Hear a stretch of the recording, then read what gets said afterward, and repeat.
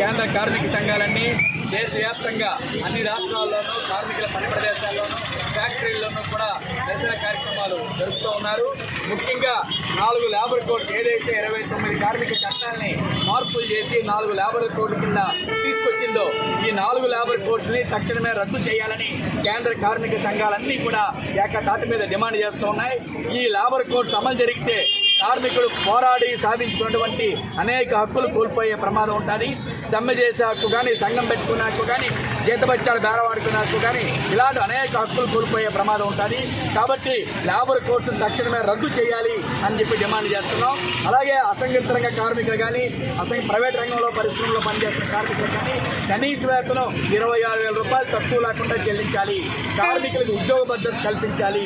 ఇటువంటి డిమాండ్లతోటి ఈ నిరసన కార్యక్రమాలు జరుగుతున్నాయి. ప్రభుత్వ రంగ సంస్థల ప్రైవేటీకరణ ఆపాలి.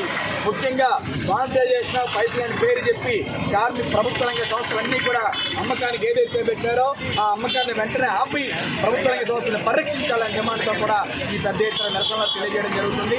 నరేంద్ర మోడీ తన విధానాలను మార్చుకోకపోతే కార్మిక వర్గం ఈ లేబర్ కోడ్ ఏ రోజైతే అమలు చేస్తారో ఆ రోజు నుంచి కూడా నిరవధిక సమ్మెకి వెళ్ళడానికి, దేశవ్యాప్తంగా ఒక భారీ సమ్మె చేయడానికి కూడా కార్మిక వర్గానికి పిలుపునివ్వడం జరుగుతుంది. ఆ రకంగా కార్మికులకి నష్టం చేసి కార్పొరేట్లకు అనుకూలంగా ఉన్నటువంటి లేబర్ కోడ్స్ రద్దు అయ్యే వరకు కూడా పెద్ద ఎత్తున ఉద్యమిస్తామని చెప్పి ఈ సందర్భంగా హెచ్చరిక చేస్తా ఉన్నాం.